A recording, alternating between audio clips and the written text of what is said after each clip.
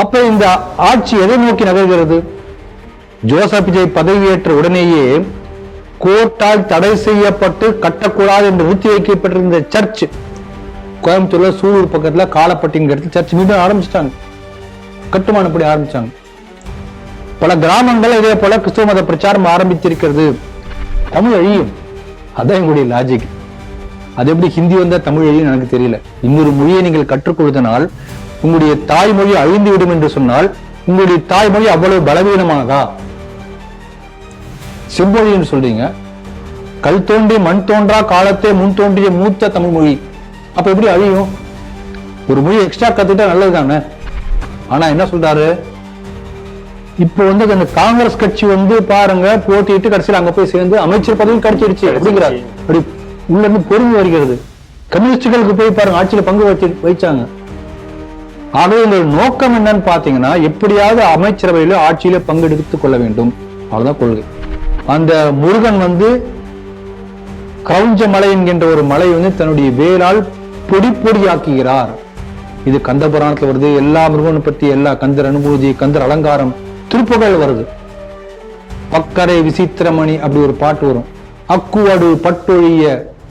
நம்ம நாட்டுல எங்க நடந்தாலும் ஒரு குத்துளை கேத்து தோக்குறது நம்முடைய மரபு. பண்ணக்கூடாதுன்னு அர்த்தம்.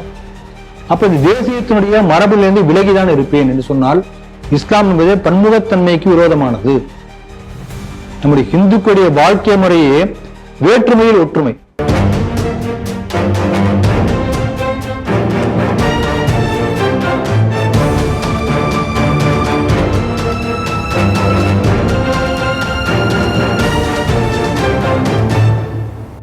தேசபக்த ஸ்ரீ டிவி நேயர்களுக்கு வணக்கம். இன்றைய சிந்திக்க இருக்கக்கூடிய செய்திகள் குறித்து முதலில் பார்க்கலாம். கோவை மாநகராட்சி தூய்மை பணி விளம்பரத்தில் கிறிஸ்தவ பிரச்சாரம். சிபிஎஸ்இ மும்மொழி கொள்கை இடைக்கால தடை விதிக்க உச்சநீதிமன்றம் மறுப்பு. துரதிருஷ்டவசமாக நாங்கள் உதயசூரியன் சின்னத்தில் போட்டியிட்டு விட்டோம், துரை வைகோ ஆதங்கம். இமயமலையில் ஒரு முருகன் கோயில் தரிசிக்க வருமாறு உத்தரகண்ட் அரசு அழைப்பு. பக்ரீத் வாழ்த்து போஸ்டர் மன்னிப்பு கோரிய கிறிஸ்தவ பள்ளி முதல்வர், குத்துவிளக்கு ஏற்றக்கூடாது, ஹுசைன் ஜலாஃபி பத்வா. ஸ்ரீ டிவியின் உண்மை நின்றிட வேண்டும் என்ற உரத்த சிந்தையோடு நான் உங்கள் பாஸ்கரன். இன்றைய செய்திகள் குறித்து சிந்திக்க நம்மோடு அரங்கத்தில் இணைந்திருப்பவர் மூத்த அரசியல் விமர்சகர் திரு ராம வெங்கடாத்திரி அவர்களை ஸ்ரீ டிவி நேயர்கள் சார்பாக இணைய வரவேற்கிறேன். வணக்கம் சார். வணக்கம் பாஸ்கர். முதல் செய்தி, கோவை மாநகரம். இந்த கோவை மாநகர்ல பெத்தேல் மாநகர பேராலயம்னு ஒரு சர்ச் இருக்கு. அந்த நிர்வாகம் கோவை மாநகராட்சி வழியாக விளம்பர பலகைகள், விழிப்புணர்வு பலகைகளை வச்சிருக்காங்க. இங்கு குப்பைகள் கொட்ட வேண்டாம், நல்ல விஷயம் தானே அப்படின்னு பாக்குறவங்க நினைப்பாங்க. கீழவே தங்களுடைய ப்ரமோஷனுக்காக சில வாக்கியங்கள், அதாவது பைபிள்ல இருந்து கோட் பண்ண வாக்கியங்கள், வாசகங்கள் எல்லாம் வச்சு அந்த விளம்பரம் கோவை மாநகராட்சி முழுவதும் அது விளம்பரம், விழிப்புணர்வு பலகை மூலமாக தங்களையுமே ஒரு மத பிரச்சாரத்திற்கு அதை பயன்படுத்திக்கிறாங்க அப்படின்னு குற்றச்சாட்டு எழுந்திருக்கிறது. செய்தி எப்படி பாக்குறீங்க? சென்ற செய்திகள் சிந்தனைகள் நிகழ்ச்சியில இதே போல ஒரு செய்தி வந்தது. அப்ப நான் வேடிக்கையா ஒண்ணு சொன்னேன், அது திருப்பி சொல்லலாம் நினைக்கிறேன். Because it is relevant. DMK ஆட்சி காலத்துல எப்ப பார்த்தாலும் பாஜக உள்ள வந்துடும், பாஜக உள்ள வந்துடும், பாஜக உள்ள வந்துடும். யார் பேசினாலும், எந்த கட்சி பேசினாலும் கடைசியா பாஜக உள்ள வந்துடும் சொல்லி பயமுறுத்தி பாஜக வரல, சேசப்பா வந்துட்டார் என்று நான் சொன்னேன். ஏன்னா பொள்ளாச்சியில இதே போல ஒரு பள்ளிக்கூடத்துல, அரசு பள்ளிக்கூட வளாகத்துல ஸ்கூல் ரீஓப்பனிங் சமயத்துல பார்த்தா இயேசு சிலை இருக்கு. ஏன்னு கேட்டா ஷூட்டிங்காக வந்தார இயேசு. ஷூட்டிங்காக எதுக்கு அரசு பள்ளிக்கூடத்தை இயேசு சிலை வச்சாங்க தெரியாது.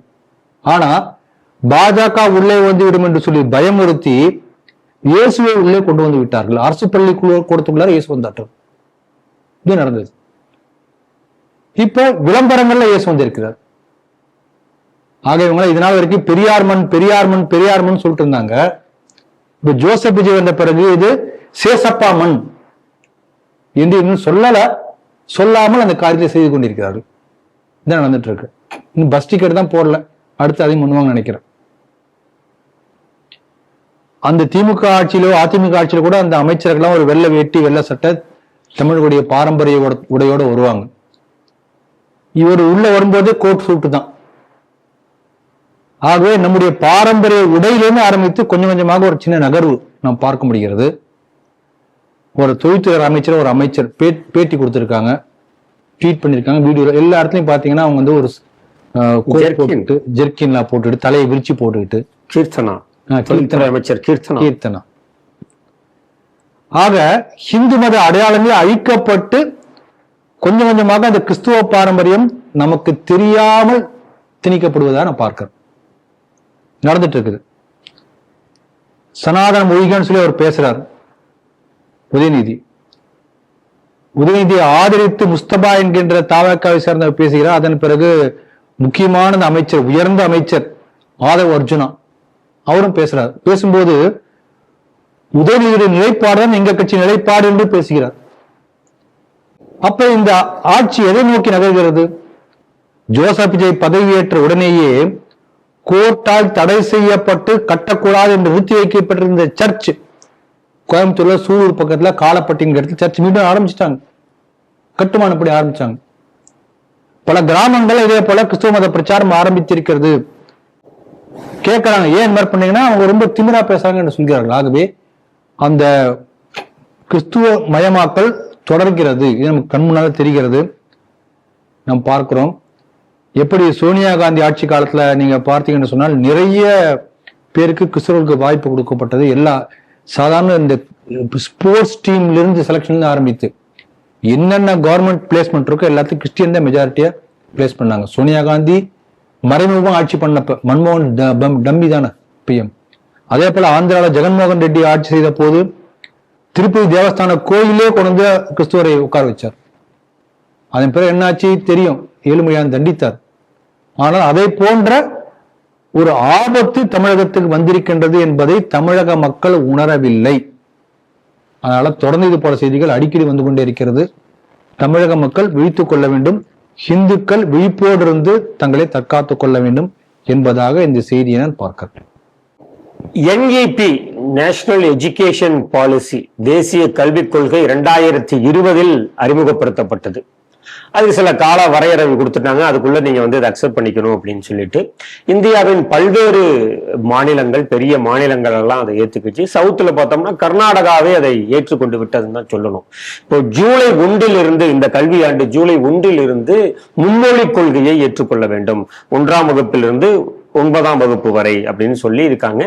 அதற்கு வந்து சிலர் வந்து உச்ச நீதிமன்றத்தை நாடி இந்த மும்மொழி கொள்கைக்கு நீங்க இடைக்கால தடை விதிக்கணும் அப்படின்னு சொல்லிட்டு பல்வேறு இப்ப தனியார் அமைப்புகளாகட்டும் சிலர் சில தனியாகவுமே கேஸ் போட்டிருக்காங்க. ஆனா உச்ச நீதிமன்றம் ஸ்ட்ரிக்டா சொல்லிட்டு இருக்காங்க, இந்த இடைக்கால தடையெல்லாம் போட முடியாது அப்படின்னு சொல்லிட்டாங்க.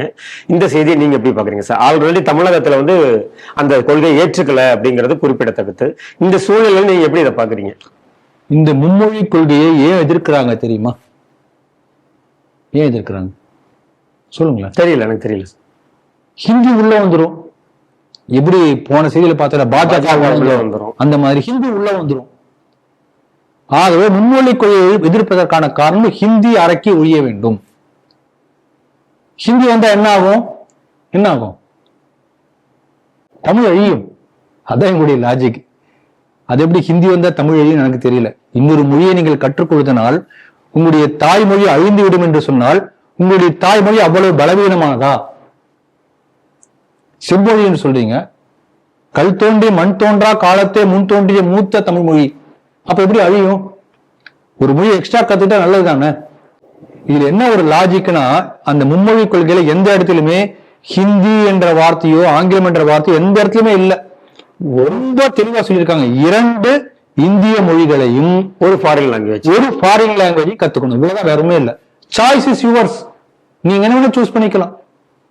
2 இந்தியன் லாங்குவேஜ், ஒரு ஃபாரின் லாங்குவேஜ் தான் இருக்கு. அப்ப உத்தரப்பிரதேசத்தில் இருக்கக்கூடிய மாணவன் தமிழ் மொழியை படிப்பதற்கான ஒரு வாய்ப்பு மும்மொழி கொள்கை மூலம் கிடைக்கும். அப்ப தமிழை, திருக்குறளை, பாரதியாரை உத்தரப்பிரதேசத்துக்கு, பீகாருக்கு, ஹிமாச்சல பிரதேசத்துக்கு, மத்திய பிரதேசத்துக்கு கொண்டு சொல்லக்கூடிய ஒரு நல்ல அருமையான வாய்ப்பை நீங்கள் தவற விடுகிறீர்கள். அப்படித்தானே சொல்லணும். நீ ஹிந்தியை கத்துக்கோ, அவனுக்கு அதை சொல்லிக்கூட. இங்க ஆயிரக்கணக்கான தமிழ் ஆசிரியர்களுக்கு வேலை கிடைக்குமே, அப்படியே பார்க்க மாட்டேங்கிறீங்க. இது ஒரு மொழியை கற்றால் இன்னொரு மொழி அழியும் என்கின்ற ஒரு மனப்பான்மை முதல்ல தப்பு. இப்ப இதுல பாருங்க, விஜய் அவர்கள் ஒரு ஸ்கூல் நடத்துறாங்க, விஜய் வித்யாஸ்ரம். அங்க 3 மொழி இருக்கு. இதை தீவிரமாக எதிர்க்கக்கூடிய திமுக அவங்களுடைய சன்ஷைன் ஸ்கூல் 3 மொழி இருக்கிறது. அப்ப இவங்களுடைய கோட்பாடு என்ன? பணக்காரன் பணம் கட்டி ஸ்கூல்ல படிக்கக்கூடிய குழந்தை 3 மொழி கத்துக்கலாம், கவர்மெண்ட் ஸ்கூல்ல படிக்கக்கூடிய ஏழை மாணவர்கள் 3 மொழி கற்றுக்கொள்ள கூடாது. அப்படிதான் அர்த்தம். அப்ப ஏழை மாணவர்களை வஞ்சிக்கக்கூடிய அரசு நீங்க. இந்த 3 மொழி கற்றுக்கொள்வதனால் இவங்க ஒரு பெரிய இதாயிடுமான. இப்ப நீங்க பாத்தீங்கன்னா இன்னைக்கு ஒரு சாதாரணமா ஒரு 8ஆம் கிளாஸ் 10ஆம் கிளாஸ் படிக்கக்கூடிய ஒரு குழந்தைக்கு இவங்க பாடப்புத்தகத்தை தவிர ஸ்போர்ட்ஸ், அபாக்கஸ், அது செஸ், ஏகப்பட்டது எக்ஸ்ட்ரா பணம் கட்டி பரதநாட்டியம், இந்த டான்ஸ், அது கிரிக்கெட்டுக்கு ஒரு கோச்சிங், என்னென்ன கோச்சிங், நாள் முழுக்க அவங்க போய் என்கேஜ் பண்றாங்க. அதெல்லாம் சுமை இல்லை. ஒரே ஒரு மொழி எக்ஸ்ட்ரா படிச்சாலும் சுமை தலை அப்படியே வெடிச்சிடும். என்ன லாஜிக் இது? நான் என்னுடைய சொந்த அனுபவம் சொல்ற, ஒரு 30 வருடத்துக்கு முன்னால மயிலாப்பூர்ல ஒரு வீட்டுக்கு போறேன். அந்த வீட்டுல அந்த காலத்துல அந்த ஸ்டோர் வீடு மாதிரி இருக்கும் பார்த்துக்கீங்களே, இப்ப அந்த மாதிரி வீடுகளே பார்க்க முடியாது. அந்த வீட்டுக்கு இந்த பக்கம் போனீங்கன்னா அந்த பக்கம் பக்கத்து வீடு 2 அப்படியே ஒன்னா சேர்ந்து அந்த பேக் யார்டு 2 வீட்டுக்கு காமன் ஆகும். மற்றபடி 2 தனித்தனி வீடுகள். அந்த பக்கம் வீட்டுல ஒரு கேரளா, அவங்க வீட்டுல ஒரு 4-5 வயசுக்கு ஒரு குழந்தை. இந்த பக்கம் வீட்டுல தெலுங்கு, அவங்களுக்கு ஒரு 4-5 வயசுக்கு ஒரு குழந்தை, 2 குழந்தைங்க. இந்த மாதிரி உள்ள அமைப்பு. நான் அந்த வீட்டுக்கு போறேன். அந்த தெலுங்கு வீட்டுல ஆந்தாளுன்னு ஒருத்தர் வந்திருக்காரு. அவங்க கிட்ட தெலுங்குல பேசுறேன், எனக்கு புரியல. அந்த 5 வயசு குழந்தை அவங்க பேசக்கூடிய தெலுங்கை எனக்கு தமிழ்ல சொல்லிட்டு, எனக்கு தமிழ்ல பேசுறது அவங்களுக்கு தெலுங்குல சொல்லுது. 5 வயசு குழந்தை, 1ஆம் கிளாஸ் படிக்கிற குழந்தை, யூகேஜி 1ஆவதா இருக்கும். இதோட ஆச்சரியம்னா பக்கத்து வீட்டுல அந்த மலையாளி வந்திருக்காரு, யாரோ ஒருத்தர், அவங்க அதே போல ஊர்ல வந்திருந்தாங்க. அவரு மலையாளத்தை கேட்கிறாரு, எனக்கு என்னன்னு புரியல. இந்த குழந்தை அந்த குழந்தையிடம் அந்த பெரியவர்கிட்ட மலையாளத்தை சொல்லிட்டு அவர் மலையாளம் சொல்ல தமிழ்ல சொல்றாங்க. இத்தனைக்கும் இவங்க 2 பேர் சந்திச்சு இந்த தெலுங்கு குழந்தை மலையாள குழந்தை 2 வருஷமா அங்க இருக்காங்க, சேர்ந்து இருக்காங்க. 2 வருடத்தில் ஸ்கூலுக்கு போகாம ஒரு 5 வயது குழந்தை 3 மொழிகளை தெரிந்து கொள்ள முடியும் என்று சொன்னால் மற்றவங்க முடியாதுன்னு. இன்னைக்கு பாருங்க, நீங்க யூடியூப்ல பல இடங்கள பார்க்கலாம். ஒரு பூ விற்கிறவங்க, ஒரு வயசான ஆயா, ஸ்கூலுக்கு போனதில்ல, 7 மொழியில பேசுறாங்க. இது ஜப்பான், இது இந்த மொழி, இது எந்த மொழி, ஒரு மொழியா சொல்றாங்க. நீங்க சென்னையில போய் போட்ட இந்த சென்ட்ரல் ஸ்டேஷன்ல இக்னோர்ல போனீங்கன்னா நீங்க எந்த மொழியும் தெரிந்து அதுக்கேற்ற அந்த மொழியில பேசுவோம். சரளமா ஹிந்தியில பேசுவான், தெலுங்குல பேசுவான், கன்னடத்துல பேசுவான், இங்கிலீஷ்ல பேசுவான், நல்லா பேசுவாங்க. ஆக மொழியை கற்றுக்கொள்ளக்கூடிய அந்த தன்மை என்பது ரொம்ப இயற்கையா எல்லாருக்கும் வரக்கூடியது. இவங்க மும்மொழி கொள்கை என்று சொல்லி அரசியலாக்கி கொண்டிருக்கிறார்களே தவிர இதனால் நஷ்டம் நம்முடைய மாணவர்களுக்கு. எல்ஜி மறைந்த இலா கணேசன் அவர்கள் பாஜக அவர் ஒரு பாட்டு எழுதியிருக்க, அவசியம் படிக்கணும். பேசுகிறோம் நாம் பல மொழி, ஆனால் பேதம் இங்கில்லை. ரொம்ப அழகா சொல்லியிருப்பார். பாரத தாயை பணிந்து வணங்கும் வீரமைந்தர் நாம். இந்த நாட்டில் உள்ள தெலுங்கு, மலையாளம், கன்னடம் எதுவும் பேதம் இல்லை, எல்லாம் ஒன்றுதான் என்ற பாட்டுல இருக்கும். அதனால நம்முடைய நாடு முழுக்க அனைத்து மொழியும் நாட்டின் தேசிய மொழிகள் தான். ஹிந்தி மட்டும் இல்ல, இணைப்பு மொழியாக ஹிந்தி சொல்லி இருக்கிறதே தவிர ஹிந்தி தேசிய மொழி இல்ல, தமிழும் தேசிய மொழி தான், மலையாளம் தேசிய மொழி, தேசத்துடைய எல்லா மொழியும் தேசிய மொழிகள் தான். ஆகவே மொழியை வைத்து பிரிவினை பேசி அரசியல் வளர்க்கக்கூடிய அந்த திமுகவின் நிலைப்பாட்டை தாவேக்காவும் எடுத்திருக்கிறது. வெரி டிஃபரன்ஸ் இல்ல, அதேதான். அதனால மாத்திக்கணும். ஏன்னா இங்க பாருங்க, அங்க ஏபிபில போய் மாணவர்கள் அணி அமைப்பெல்லாம் போய் அவர்கிட்ட ரெப்ரசன்டேஷன் கொடுத்து பல தீர்மானங்கள் கொடுத்தாங்க, செய்யறன்னு சொன்னார். இன்றைக்கு பார்த்தீங்கன்னு சொன்னால் இந்த பிஎம்சி பள்ளிகளை ஏற்றுக்கொள்ளாத ஒரே மாநிலம் தமிழ்நாடு மட்டும்தான். இந்தியாவிலேயே நவோதயா பள்ளிகளை ஏற்றுக்கொள்ளாத ஒரே மாநிலம் தமிழ்நாடு மட்டும்தான். அதுக்கு சொல்லக்கூடிய காரணம் என்னன்னா, தமிழ் அழிந்து விடும். ஆனால் ஆல் இண்டியா லெவல்ல கவர்மெண்ட் எடுத்த ரேங்கிங்ல பார்த்தாங்கன்னா தங்களுடைய தாய்மொழியை எழுத படிக்க தெரியாத அந்த நிலையில இருக்கக்கூடிய மாணவர்கள்ல கடைசி இடத்துல இருக்கக்கூடிய மாநிலம் தமிழ்நாடு. நீ ஹிந்தி கத்துக்கல, தமிழையும் வீக்கு, சொந்த மொழியும் போச்சு, ஹிந்தி மொழியும் போயாச்சு, எதுவுமே இல்லை. ஆகவே குட்டிச்சோறாக்கி கொண்டிருக்கிறார்கள் தமிழகத்தை இந்த அரசியல் சித்தாந்தத்தின் காரணமாக. அதனால தமிழக மக்கள்லாம் சேர்ந்து இதுக்கு போராடும். கேட்கணும், தாவேக்காவின் நிலைப்பாடும் திமுக போலவே தான் இருக்கும்னு நினைக்கிறீங்களா? அப்படித்தான் இருக்கிறது இது வரைக்கும், எந்த மாற்றமும் இல்லை. இது என்ன ஜோக்குன்னா, உள்ளுக்குள்ளார இவர்களுக்கெல்லாம் வந்து ஹிந்தி, இவங்க குழந்தைகளை ஹிந்தி கத்துக் கொடுப்பாங்க. இந்த போராட்டம் பண்ணக்கூடிய அரசியல்வாதிகள் எல்லாமே வெளி உலகத்துல வந்து அறிக்கை விடக்கூடிய எல்லா அரசியல்வாதிகளும் தங்களுடைய வீட்டு குழந்தைகளையோ பேரன் பேத்திகளையோ ஹிந்தி படிக்க வைக்கிறார்கள். என்னுடைய குழந்தைக்கு வந்து ஹிந்தி டியூஷன் வச்சுட்டு விட்டுட்டு இல்ல ஹிந்தி எக்ஸாம் விட்டுட்டு அப்புறம் வந்து ஹிந்தி ஒழிக்க போராட்டத்துக்கு வந்து கலந்து கொள்ளக்கூடிய திமுக ஊப்பிகள் பல பேர் இருக்காங்க. அதுதான் இந்த யதார்த்த நிலை. அதனால ஊரை ஏமாற்றிக் கொண்டிருக்கிறார்கள். ஏழை குழந்தைகளுக்கு 3வது மொழி கற்றுக்கொள்ளக்கூடிய வாய்ப்பை தவிர்க்கிறது திமுக, தவிர்த்தது திமுக. இந்த தாவேக்கம் அதை தான் செய்கிறது. இது மாற்றப்பட வேண்டும் என்பது என்னுடைய கருத்து. நேற்றைய தினம் தமிழக வெற்றி கழகத்தின் தலைவரும் தமிழக முதல்வருமான திரு ஜோசப் விஜய் வந்து திருச்சி கிழக்கில் தன்னை தேர்ந்தெடுத்த மக்களுக்கு நன்றி தெரிவிக்கிறதுக்கு போயிருந்தாரு. அப்போ ஏர்போர்ட்ல வந்து ரிசீவ் பண்றதுக்கு துரை வைகோ அவர்கள் எம்பி, அந்த தொகுதியினுடைய எம்பி வந்து அவர் போய் முதல்வர் அவர்களை வரவேற்றிருக்கும் போது பார்த்துட்டு அப்போ பத்திரிகையாளர்களை சந்திக்கிறாரு. சந்திச்சுட்டு சொல்றாரு, நாங்கள் வந்து உதயசூரியன் சின்னத்தில் போட்டியிட்டது துரதிருஷ்டவசமானது அப்படின்னு தன்னுடைய வருத்தத்தை அங்க அவர் பதிவு பண்ணியிருக்காரு. இது சாதாரணமாக வந்த வார்த்தையாக தெரியல. இன்னும் 2வது கருப்பு சட்டை போட்டு வந்திருக்கீங்களேன்னு பத்திரிகையாளர்கள் கேட்டதுக்கு நான் வந்து கடவுள் நம்பிக்கை உள்ளவன் அப்படிங்கிறதையும் அவர் அந்த பத்திரிகையாளர் சந்திப்புல சொல்லியிருக்காரு. இது எல்லாம் அரசியலில் திசையை மாற்றுகிறது போல உங்களுக்கு தோணுதா? இந்த செய்தி எப்படி பாக்குறீங்க? அதே போல வைகோ அவர்கள் இன்னொரு கருத்தை சொல்லியிருக்கிறாரு. எங்களை கட்டாயப்படுத்திய நிர்பந்தத்தின் காரணமாகத்தான் உதயசூரியனில் நாங்க போட்டியிட்டோம். ஒரு காலம் அவங்க போட்டியிட எல்லா தொகுதியிலும் பம்பரத்துல போட்டி இருந்தாலும் ஒண்ணுமே வந்திருக்காது என்பது உண்மை.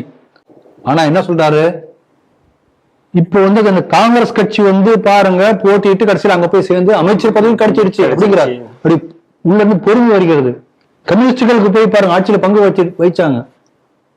ஆகவே உங்கள் நோக்கம் என்னன்னு பாத்தீங்கன்னா, எப்படியாவது அமைச்சரவையில ஆட்சியில பங்கெடுத்துக் கொள்ள வேண்டும், அவ்வளவுதான் கொள்கை. இப்ப என்ன சொல்றாரு, அடுத்து பொதுக்குழு வருகிறது, கேட்கிறாங்க, தொண்டர்கள் முடிவெடுப்பார்கள்.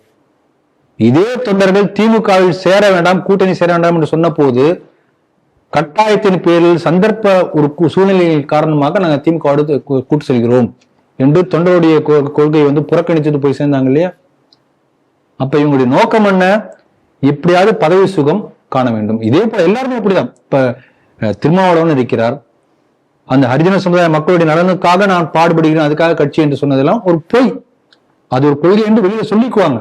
ஆனா என்ன, ஏதாவது ஒரு காரணம் சொல்லி பதவியில் இருக்கணும், அவ்வளவுதான். அப்ப பதவியில் தான் இப்பயும் அதே காரணம் சொல்லி பதவியில் இருப்பாங்க. இப்ப என்ன சொல்றாங்க, முன்பு திமுக ஒவ்வொரு கட்சியும் இப்ப என்ன சொல்றாங்க, கூட்டணி கட்சிகளோடு சமூகமாக இல்லை என்று ஒவ்வொருத்தரும் சொல்லிட்டு இருக்காங்க. இப்ப சொல்லல, ஒரு சிறுபிள்ளை சண்டை போல ஒரு காரணமா இப்போ ஒவ்வொரு கட்சியும் சொல்ல ஆரம்பிச்சிருக்காங்க. ஆமா, அப்பயும் சொல்லல. ஆகவே ரொம்ப தெளிவான விஷயம் என்ன, இவர்கள் யாருமே கொள்கைக்காக கூட்டணி கிடையாது, சந்தர்ப்பவாத கூட்டணி. 1. 2வது கொள்கையே வந்து பதவி சுகம் என்பதுதான் உங்களுக்கு கொள்கையே. உங்களுக்கு இப்படியா சொல்லக்கூடிய மற்ற கொள்கை எல்லாம் சும்மா பேனருக்காக போடக்கூடிய கொள்கையை, உதட்டளவு வரக்கூடிய கொள்கை தானே தவிர, இல்லாட்டி இப்ப ஏன் சொல்லணும், அப்பயே சொல்லியிருக்கலாமே, தோழமை சுட்டி இருக்கலாமே, ஏன் சுட்டல? இது நமக்கு தெரிகிறது.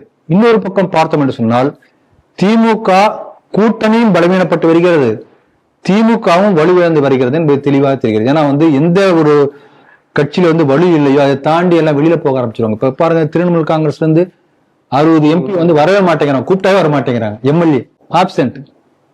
அப்ப அதே போன்ற சூழலை திமுகவுக்கு வர ஆரம்பித்திருக்கிறது. திமுக கட்சியும் சரி கூட்டணியும் சரி கலகலத்து போயிருக்கிறது. இது நமக்கு தெளிவாக தெரிகிறது. இந்த செய்தியை சொல்லக்கூடிய 2 கருத்துக்கள் இதுதான். இவர்கள் எல்லாருமே சந்தர்ப்பவாதிகள். 2வது, திமுக வீழ்ச்சி அடைய ஆரம்பித்திருக்கின்றது என்பதற்கான அறிகுறி என்று இதை நான் பார்க்கிறேன்.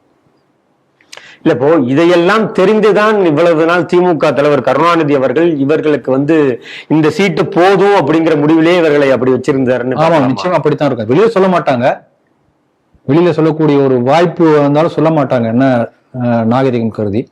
தெரிஞ்சிருக்கும் இல்லையா, நாமளே புரிந்து கொள்ள முடியும். நீங்க அழகா கேட்டீங்க, அது புரியும், அவங்களுக்கும் புரியும்.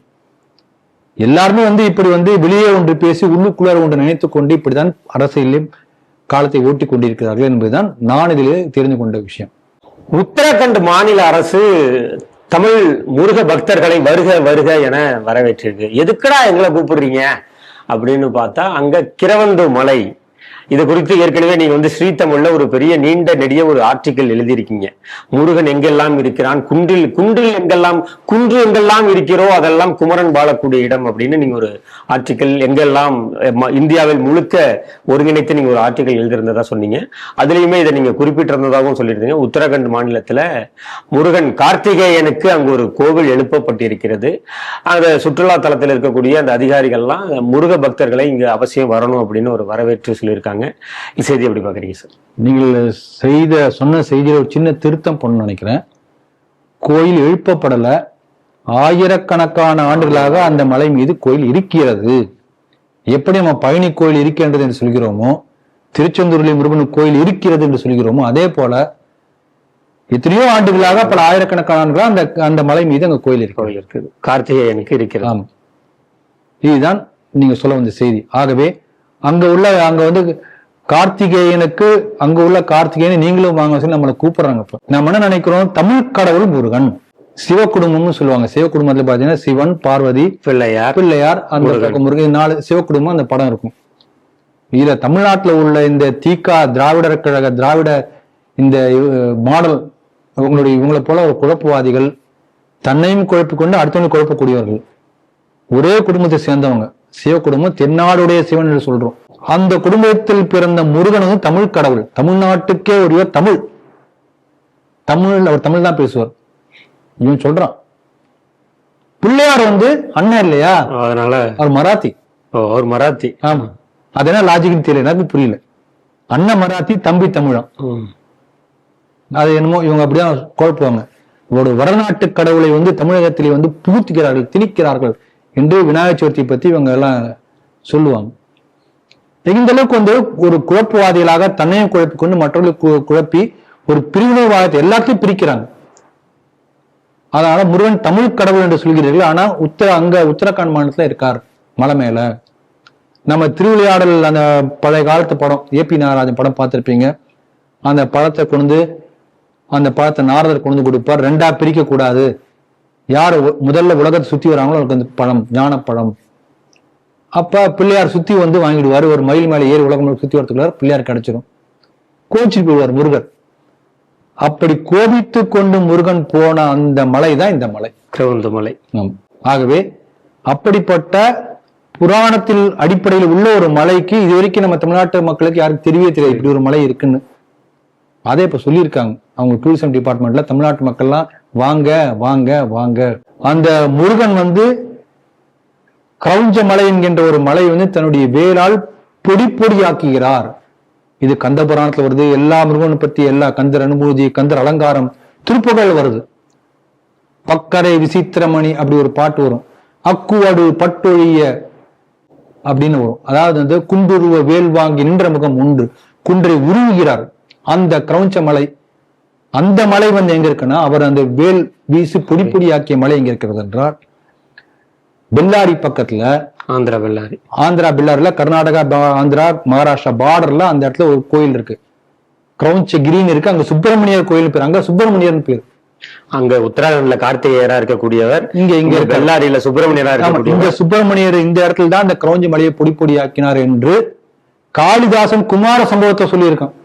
எத்தனை வருஷமா காளிதாசன் எழுதியிருக்கார் பாருங்க. இதே முருகருக்கு பெங்கால மேற்கு வங்கத்துல துர்கா பூஜையில துர்கைக்கு பக்கத்துல ஒரு பக்கம் பிள்ளையார், ஒரு பக்கம் முருகர் இருப்பார். சேர்ந்துதான் வச்சிருப்பாங்க, தனியா துர்கா மட்டும் இருக்காது. துர்கா பூஜை 3 இருக்கணும். பிள்ளையார், முருகர், துர்கை 3 இருந்தாதான் துர்கா பூஜை. அப்ப முருகர் வழிபாடு நாடு முழுக்க விரவி கிடைக்கிறது. முருகன் நாட்டை இணைக்கக்கூடிய ஒரு கடவுள். நீ தமிழ் கடவுள் சொல்லி பிரிக்கிற. உத்தரகாண்ட் அரசாங்கம் நல்ல முயற்சி எடுத்திருக்கிறது. அதே போல நீங்க சொன்னது போல ஒரு ஸ்ரீ டிவில ஸ்ரீ தமிழ் என்ற ஒரு மேகசின் வந்திருக்கு. ஸ்ரீ டிவி நேயர்களுக்கு தெரிஞ்சிருக்குன்னு நினைக்கிறேன். நீங்க மாதம் 2 முறை வரக்கூடிய இதழ். அதுல பல தேசியத்தை, தெய்வீகத்தை, ஆன்மீகத்தை சொல்லக்கூடிய பல கட்டுரைகள் கொண்டிருக்கின்றது. அதுல என்னுடைய கட்டுரை ஒண்ணு, இந்த நாடு ஹிந்து நாடு என்ற தலைப்புல தொடர். இது 15வது கட்டுரை. ஒவ்வொரு தலைப்பிலும் ஒரு குறிப்பிட்ட தலைப்புல எப்படி இது இந்து நாடாக இருக்கிறது, ஒற்றுமையாக இந்த நாட்டுடைய தேசியமாக ஹிந்து தர்மம், ஹிந்து பண்பாடு, ஹிந்து கலாச்சாரம், ஹிந்து வாழ்க்கை முறை, ஹிந்து தெய்வங்கள், ஆன்மீகம் எப்படி இணைத்துக் கொண்டிருக்கின்றது என்று ஒவ்வொரு தொடரிலும் ஒரு கட்டுரை வருகிறது, ஒரு டாபிக்ல. அதுல ஒரு சில இதழ்களுக்கு முன்னால முருகன் எப்படி நம்ம நாட்டை முழுக்க இணைக்கிறார் அப்படி ஒரு கட்டுரை வந்திருந்தா அதுல பத்தி விரிவாக இருக்கிறது. ஸ்ரீடிவி நேயர்கள், நீங்க ஸ்ரீதமிழ் இதழுக்கு நீங்க சந்தாதாரர் ஆகணும். நீங்க ஒவ்வொருத்தரும் அதை வாங்கி படிக்கணும். அந்த இதழை உங்கள் இல்லங்களுக்கும் உங்கள் நண்பர் இல்லங்களுக்கும் கொண்டு போய் சேர்க்கணும் என்று இந்த சமயத்தில் ஒரு வேண்டுகோள் விடுக்கிறேன். நிறைவு செய்தியாக ஜம்மு காஷ்மீர் மாநிலத்துல பிரசன்டேஷன் கான்வென்ட் ஸ்கூல்னு ஒரு ஸ்கூல் இருக்கு. அவர் பக்ரீத் அந்த ஈத் அன்னைக்கு ஏதோ வாழ்த்து தெரிவிக்கணுங்கிறதுல சில விலங்குகளின் புகைப்படங்களை போட்டு விளம்பரப்படுத்திட்டாங்க. அது அங்க பெரிய கொதிப்பலை ஏற்படுத்திருச்சு. நீ எப்படி பண்ணலாம் அப்படின்னு இஸ்லாமியர்கள்லாம் கொதித்தெழுந்திருக்கிறார்கள்.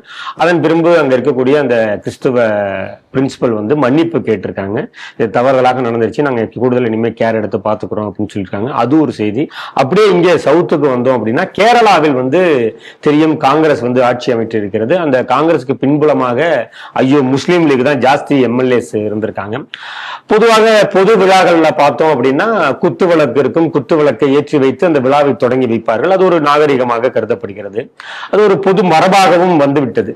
அதற்கு இஸ்லாமியர்கள் அது நம்மளுடைய மதத்துல கிடையாது, இஸ்லாமிய அமைச்சர்கள் எம்எல்ஏக்கள் அதை பண்ண வேண்டிய அவசியம் இல்லை, நீங்க தங்களை செக்யூலரா காட்டிக்கணுங்கிறதுக்காக இதெல்லாம் பண்ணிட்டு இருக்காதீங்க, அல்லாஹ் உங்களை ஒருபோதும் மன்னிக்க மாட்டார் அப்படின்னு கேரளாவில் இருக்கக்கூடிய ஸ்காலர், இஸ்லாமிய ஸ்காலர் ஒருவர் பகிரங்கமாகவே எதிர்ப்பை தெரிவிச்சிருக்காரு. இந்த ரெண்டு செய்தி எப்படி பாத்துட்டீங்க? முதல் செய்தி, காஷ்மீர் மாநிலத்துல கான்வென்ட் ஸ்கூல்ல ஏஐ மூலமாக, செயற்கை நுண்ணறிவு மூலமாக சில படங்களை போட்டு அந்த ஈத் வாழ்த்து தெரிவித்திருக்காங்க. அவ்வளவு, வேற எதுவும் பண்ணல. ஆட்சேபக்குரிய எந்த விஷயம் சொல்லல. சாதாரண விடங்களுக்கு பதிலா இந்த ஏஐ மூலமாக ஏஐ கிரியேட்டட் அனிமல்ஸ் படம் போட்டிருக்காங்க. இது ஒன்றும் தப்பா நான் பார்க்கல. அப்படி செயற்கை நுண்ணறிவு மூலமாக போடப்பட்ட படங்களை போட்டதன் மூலமாக இஸ்லாமிய நீங்களை இழிவுபடுத்தி விட்டீர்கள் என்று சொல்லி பெரிய போராட்டம் நடத்தி கடைசியில மன்னிப்பு கேட்டிருக்காங்க. இப்ப நீங்க கவனிக்க வேண்டிய விஷயம் என்னன்னா, இதே நம்முடைய நாட்டுல ஒரு சர்ச்சில் ஒபாமா வந்தப்ப நினைக்கிறேன், சர்ச்சில் ஒரு கண்ணாடி கதவுல ஒருத்தர் கல் எடுத்து எரிஞ்சா என்பதற்காக ஒரு கண்ணாடி உடஞ்சு போச்சு, வேற எதுவும் இல்லை. கிறிஸ்துவர்களுக்கு பாதுகாப்பு இல்லை என்று நாடு முழுக்க எல்லா கிறிஸ்துவ அமைப்புகள் போராட்டம், ஊர்வலம், மௌன விரதம் நடத்தாங்களா இல்லையா? இப்போ கிறிஸ்துவர்கள் ஒண்ணுமே பண்ணல, நல்ல விஷயம் தான் சொல்லியிருக்கான். ஒரு ஏழை மூலம் படம் போட்டான், அவ்வளவுதான். அதற்காக மன்னிப்பு கேட்கக்கூடிய அளவுக்கு நிர்பந்தம் செய்திருக்கிறார்கள் முஸ்லீம்கள் என்று சொன்னால் ஏன் கிறிஸ்தவர்களை எதிர்க்கல, ஏன் கண்டிக்கல? அப்ப நான் கேட்ட கேள்வி புரிகிறது அல்லவா? அப்ப இரட்டை நிலைப்பாடு எடுக்கக்கூடிய இந்த கிறிஸ்துவ அமைப்புகள், இதான் என்னுடைய கேள்வி. அதே போல பாருங்க, அங்க கேரளாவில் அப்ப நமக்கு என்ன தெரியுதுன்னா, நம்ம நாட்டினுடைய பாரம்பரியம் அது. இப்ப சாதாரணமா இப்ப அங்க தமிழ்நாட்டுல வணக்கம், நீங்க நம்ம 2 பேரும் வணக்கம்னு சொல்றோம், கண்டிப்பா சாதாரணமா சொல்றோம், நம்ம மண்ணுடைய மரபு அது. அதே போல முஸ்லீம் சமுதாயத்தை சேர்ந்த தலைவர் வணக்கம் சொல்லிட்டார் என்பதற்காக ஒரு எம்எல்ஏ அவர் மேல இதே போல பெரிய குற்றச்சாட்டு திட்டினாங்க ஜமாத்லாம் கூப்பிட்டு. ஏன்னா நமஸ்தே வணக்கம் சொல்லுவது அல்லாவுக்கு இணை வைப்பது போலவும், அல்லாஹ் மட்டும் தான் வேற கும்பிடக்கூடாது. இது என்ன ஒரு பழக்கம்? ஆகவே நம்முடைய நாடு ஒரு பன்முகத்தன்மை கொண்ட நாடு. எத்தனையோ மொழிகள், பேச்சு, நடவடிக்கைகள், வகை வகையான மனிதர்கள் எல்லாம் சேர்ந்து இருக்கக்கூடிய நாடு. அந்த பன்முகத்தன்மையில் நான் தனிச்சுதான் இருப்பேன் என்று சொல்வது எப்படி ஒரு சரியான விஷயமா இருக்க முடியும்? நம்ம நாட்டுல எங்க நடந்தாலும் ஒரு குத்துவிளக்கு ஏத்து தோக்குறது நம்முடைய மரபு. பண்ணக்கூடாதுன்னு அர்த்தம். அப்ப இந்த தேசியத்தினுடைய மரபிலிருந்து விலகிதான் இருப்பேன் என்று சொன்னால் இஸ்லாம் என்பதே பன்முகத்தன்மைக்கு விரோதமானது. நம்முடைய இந்துக்களுடைய வாழ்க்கை முறையே வேற்றுமையில் ஒற்றுமை. பல வழிகள், பல பாதை, பல மொழிகள், பல அபிப்பிராயங்கள், பல சம்பிரதாயங்கள், பல பூஜைகள், பல கடவுள்கள், எப்படி இருந்தாலும் எல்லாம் ஒன்னா சேர்ந்து இருப்போம். இதுதான் வேற்றுமையில் ஒற்றுமை. நம்முடைய நாட்டினுடைய பன்முகத்தன்மை அதுதான். அப்படிப்பட்ட நாட்டில் நீங்க இருந்துட்டு என்னுடைய மத கோட்பாடின் பிறகு எல்லாத்தையும் அந்த லென்ஸ் வச்சுதான் பார்ப்பேன், அது இல்லாட்டி ஏற்றுக்கொள்ள மாட்டேன்னு சொன்ன என்ன அர்த்தம்? மிக தவறானது. இஸ்லாம் என்பது பன்முகத்தன்மைக்கு விரோதமானது. இஸ்லாமியர்கள் இதை மாற்றிக்கொள்ள வேண்டும் என்று என்னுடைய கருத்து. இன்றைய 5 செய்திகள் குறித்து சிந்தித்து தனது கருத்துக்களை நம்மோடு பகிர்ந்து கொண்ட மூத்த அரசியல் விமர்சகர் திரு ராம வெங்கடாத்திரி அவர்களுக்கு ஸ்ரீ டிவி நேயர்கள் சார்பாக நன்றிகளை தெரிவித்துக் கொள்கிறேன். நன்றி சார். ஜெய் ஹிந்த், ஜெய் ஸ்ரீராம், வந்தே மாதரம்.